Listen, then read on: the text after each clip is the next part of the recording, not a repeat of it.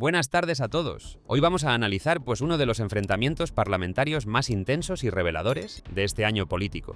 El 10 de diciembre de 2025 quedará marcado en el calendario como una fecha clave para entender la profunda fractura que atraviesa la política española actual. En el hemiciclo del Congreso de los Diputados se produjo un cara a cara que no dejó indiferente a nadie, ¿no? Un duelo verbal entre dos visiones completamente opuestas de España, entre dos líderes que representan polos irreconciliables en el tablero político nacional. De un lado, ¿no?, Santiago Abascal, presidente de Vox, con su característico tono combativo y su retórica sin concesiones. Del otro, Pedro Sánchez, presidente del Gobierno, defendiendo su gestión con datos económicos y contraatacando las acusaciones de la oposición. Lo que presenciamos no fue un simple intercambio de reproches parlamentarios, sino un choque frontal entre dos proyectos de país radicalmente diferentes. Permítanme contarles lo que realmente sucedió en esa sesión de control al Gobierno, la última del año 2025. Colapsados como consecuencia de la atención masiva a miles y miles de inmigrantes ilegales que ustedes han traído.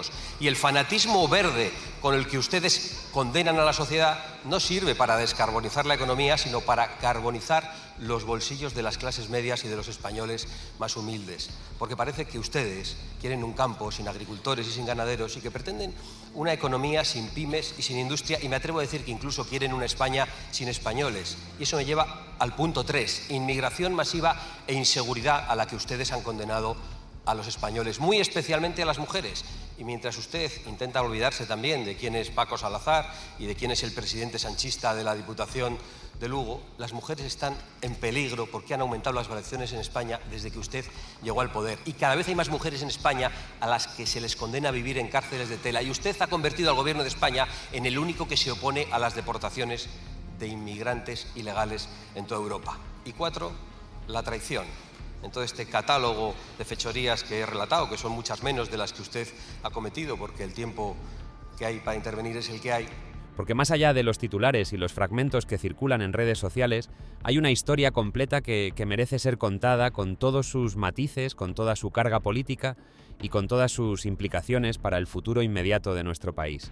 Santiago Abascal subió a la tribuna con una estrategia clara y contundente. No venía a debatir propuestas ni a discutir matices legislativos. Venía a hacer un juicio político completo del gobierno de Pedro Sánchez. Y lo hizo con una estructura simple pero devastadora, resumiendo lo que él considera el legado de esta legislatura en 4 palabras demoledoras: corrupción, ruina, inmigración masiva y traición. 4 conceptos que repitió una y otra vez, martilleando cada idea con ejemplos concretos y con una narrativa diseñada para calar en el electorado descontento. Empecemos por la corrupción. Abascal no se anduvo con rodeos. Habló de escándalos que salpican directamente al Partido Socialista y al entorno más cercano del presidente. Mencionó casos que llenan las portadas de los periódicos casi a diario, desde las investigaciones judiciales que afectan a dirigentes socialistas hasta las polémicas que rodean a personas vinculadas directamente con Moncloa. El líder de Vox utilizó una frase que resonó especialmente en las redes sociales, comparando la cantidad de tramas de corrupción con el catálogo de series de una plataforma de streaming. Una metáfora provocadora sin duda, pero que buscaba transmitir la idea de que los escándalos se suceden sin pausa, uno tras otro, creando una sensación de impunidad y de normalización de lo inaceptable. Abascal hizo especial hincapié en el encarcelamiento del exministro de Transportes, José Luis Ábalos, una figura que durante años fue considerada una de las piezas clave del sanchismo, un hombre de confianza que ocupó puestos de máxima responsabilidad tanto en el gobierno como en la estructura del partido. Su caída en desgracia y posterior ingreso en prisión representa, según la visión de Vox, la prueba irrefutable de que la corrupción no es un problema periférico, sino que afecta al núcleo mismo del poder socialista. También mencionó la condena del exfiscal general del Estado, Álvaro García Ortiz. La transición ecológica, gracias al impulso que hemos dado a la energía renovable, que ahora mismo representa, para que usted se haga una idea, un 60% del total de la electricidad, hemos sido capaces de reducir en estos últimos 7 años en un 50% el precio de la electricidad. Hoy en España el precio de la electricidad es un 20% de media más barato que la media europea. Y sobre la migración, señoría, más de un 95% de la migración que ha venido a nuestro país viene por cauces regulares. Y le digo una cosa, sí, hemos recibido 2 millones de trabajadores migrantes durante estos últimos años, pero al mismo tiempo hemos reducido en un 40% la tasa de desempleo en nuestro país. Lo que ustedes ofrecen a los españoles, con ese discurso antimigración, es pobreza y al final estar todos encerrados sin ningún tipo de capacidad para poder financiar nuestro estado del bienestar y un crecimiento económico sano y fuerte. Y eso es justo lo que nosotros no defendemos.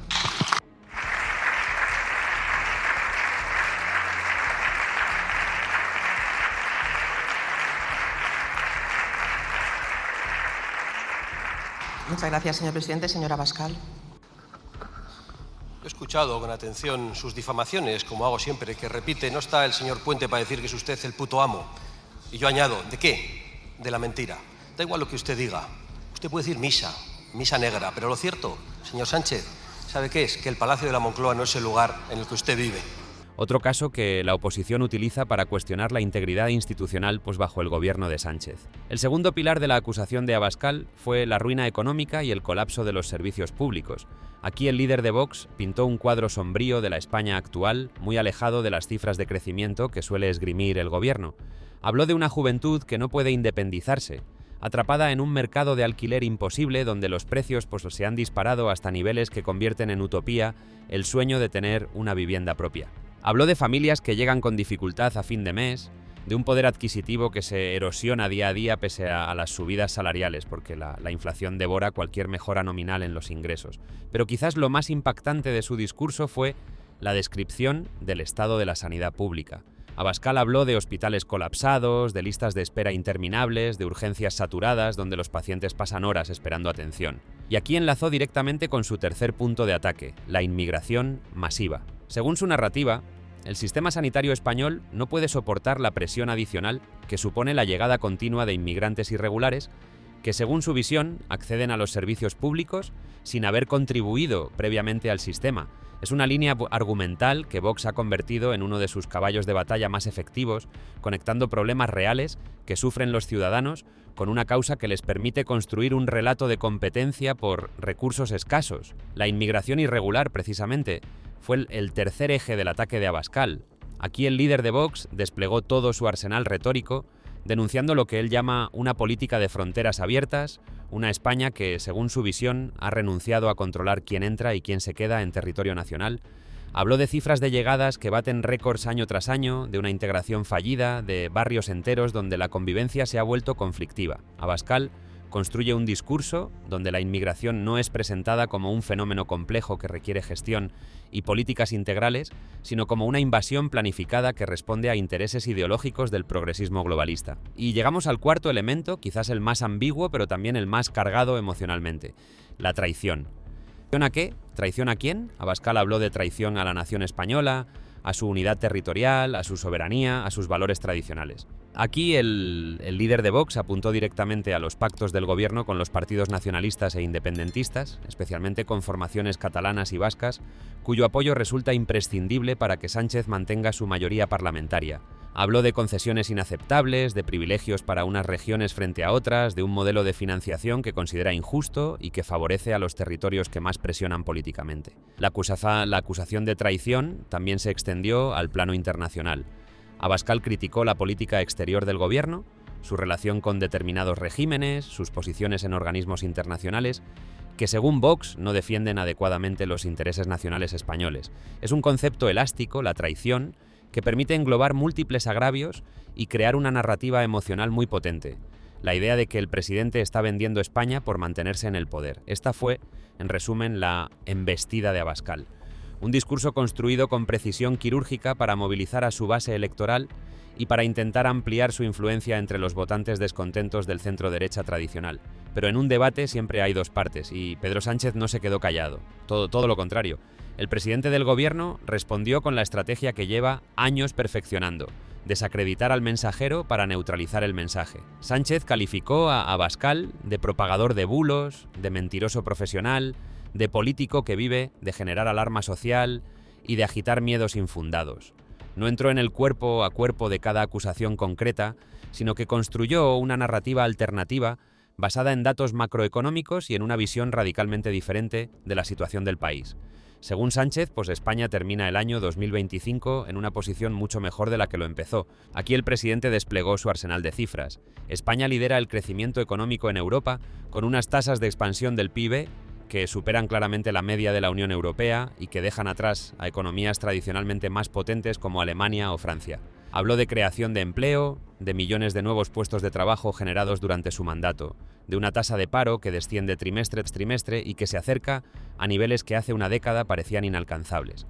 Sánchez también destacó las políticas de reducción de desigualdad, las subidas del salario mínimo interprofesional, las pensiones que crecen por encima de la inflación, las ayudas directas a familias vulnerables. Construyó un relato de un gobierno que ocupa por los más débiles, que redistribuye la riqueza, que no deja progresista en el pleno sentido del término, que avanza en derechos sociales, mientras otros países europeos pues están experimentando giros conservadores. Pero Sánchez no se limitó a defender su gestión, también contraatacó, y lo hizo dirigiendo sus dardos no solo contra Vox, sino especialmente contra el Partido Popular. Acusó al principal partido de la oposición de estar degradando el estado de bienestar en las comunidades autónomas donde gobierna. Habló de recortes en sanidad, de privatizaciones encubiertas, de políticas fiscales que favorecen a las rentas altas mientras desmantelan los servicios públicos para la mayoría. Y aquí lanzó un mensaje directo a los votantes del centro-derecha. El verdadero peligro para el modelo social español no está en Moncloa, sino en los gobiernos autonómicos del PP. En algunos casos, con el apoyo parlamentario de Vox. Es interesante analizar la estrategia de Sánchez en este punto.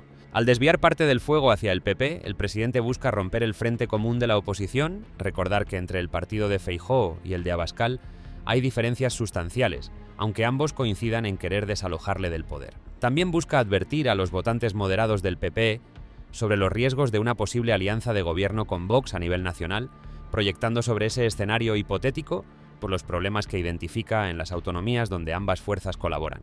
El enfrentamiento entre Abascal y Sánchez del 10 de diciembre no fue un hecho aislado. Se produjo en un contexto político especialmente convulso, en una semana marcada por múltiples frentes de crisis para el gobierno. Los escándalos de acoso sexual que afectan a dirigentes socialistas habían dominado la actualidad en los días previos, generando una presión mediática enorme y obligando al PSOE a tomar medidas drásticas con algunos de sus cuadros.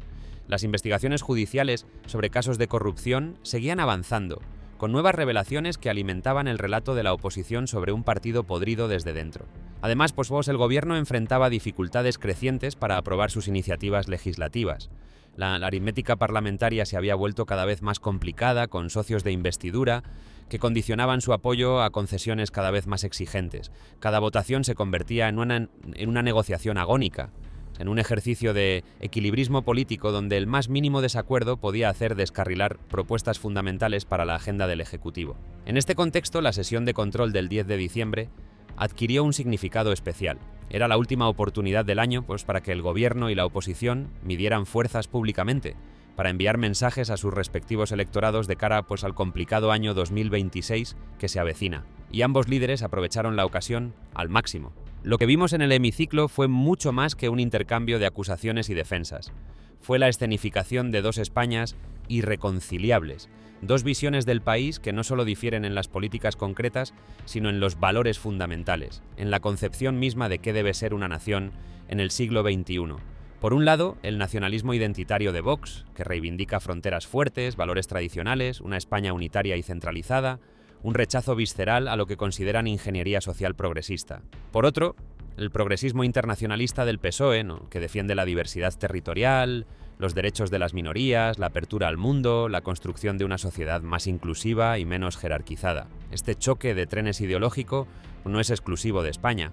En toda Europa occidental estamos asistiendo a un fenómeno similar, con fuerzas de ultraderecha ganando terreno electoral, mientras los partidos socialdemócratas tradicionales intentan resistir defendiendo el modelo de sociedad abierta que ha caracterizado al continente desde el final de la Segunda Guerra Mundial. Francia, Alemania, Italia, Países Bajos, Austria. En todos estos países vemos debates políticos que replican con matices las mismas líneas de fractura que observamos en España. Pero volvamos a nuestro cara a cara. Más allá del contenido específico de las acusaciones y las defensas, lo que resulta fascinante desde un punto de vista periodístico es analizar las técnicas retóricas que ambos líderes emplearon. Abascal utilizó un lenguaje emocional, cargado de imágenes potentes, diseñado para generar indignación y sensación de urgencia. Su mensaje es simple, directo, fácil de recordar. 4 palabras que resumen todo un juicio político: corrupción, ruina, inmigración masiva, traición. No necesitas ser un experto en economía o en derecho constitucional para entender lo que Abascal está diciendo. Es un mensaje pues, que apela, ¿no?, directamente a las emociones, al sentimiento de agravio, a la percepción de que las élites políticas han abandonado a la gente común. Sánchez, por su parte, utilizó una estrategia más técnica, más apoyada en datos, pero también más abstracta. Las cifras de crecimiento del PIB, las tasas de empleo, los índices de desigualdad, son argumentos poderosos en un debate académico, pero tienen menos impacto emocional inmediato. El presidente busca proyectar una imagen de solvencia, ¿no?, de gestor competente, que maneja números complejos y toma decisiones difíciles. Pero ese tipo de discurso a veces pues, no conecta tan eficazmente con los ciudadanos que están sufriendo problemas concretos en su día a día. Aquí radica pues, uno de los grandes desafíos de la política contemporánea, ¿no? Pues cómo comunicas una gestión compleja en un entorno mediático pues, que premia los mensajes simples. Cómo defiendes políticas matizadas cuando tu adversario está lanzando acusaciones contundentes y fáciles de viralizar. Es un dilema que no afecta solo a Sánchez, sino a todos los líderes políticos que intentan gobernar desde posiciones pragmáticas en una era dominada por la polarización y las redes sociales. El cara a cara del 10 de diciembre también nos dice mucho sobre el estado de nuestra democracia parlamentaria. El nivel del debate político ha descendido notablemente en los últimos años. Las sesiones de control al gobierno se han convertido en espectáculos televisivos, donde lo que importa no es el intercambio genuino de ideas, sino la generación de momentos virales, de frases lapidarias que puedan ser compartidas millones de veces en Twitter o Instagram. Los políticos ya no debaten entre ellos, ¿no?, sino que utilizan el hemiciclo pues, como plataforma para enviar mensajes directamente a sus seguidores en las redes. Esto tiene consecuencias profundas. Reduce los espacios para el consenso, para el acuerdo, para la búsqueda de soluciones compartidas a problemas comunes. Cuando cada sesión parlamentaria es un combate de gladiadores donde lo único que cuenta es humillar al adversario y salir victorioso en las tendencias de Twitter, se pierde la posibilidad de construir políticas de Estado que trasciendan las diferencias partidarias. Y sin embargo, España enfrenta desafíos enormes que requerirían precisamente ese tipo de consensos amplios.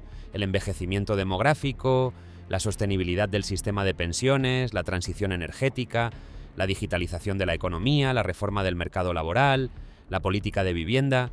Son cuestiones complejas que no admiten soluciones simples y que necesitarían el concurso de todas las fuerzas políticas relevantes, pero el clima de confrontación máxima que domina el debate público hace casi imposible ese tipo de colaboración. El enfrentamiento entre Abascal y Sánchez es, en este sentido, pues, sintomático de una enfermedad más profunda que aqueja a nuestro sistema político.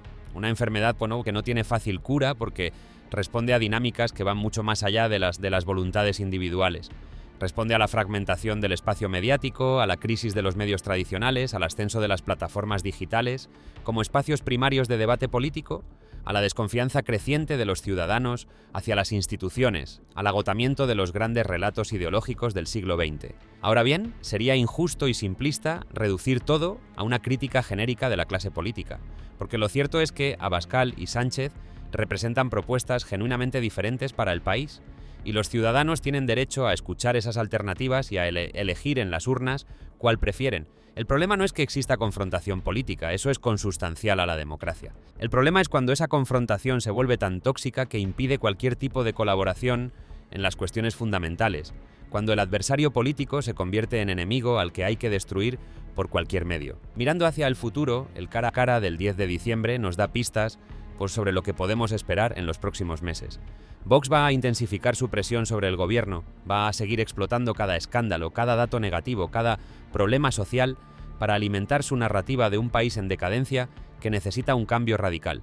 Su objetivo es claro: forzar elecciones anticipadas y presentarse como la alternativa necesaria para regenerar España.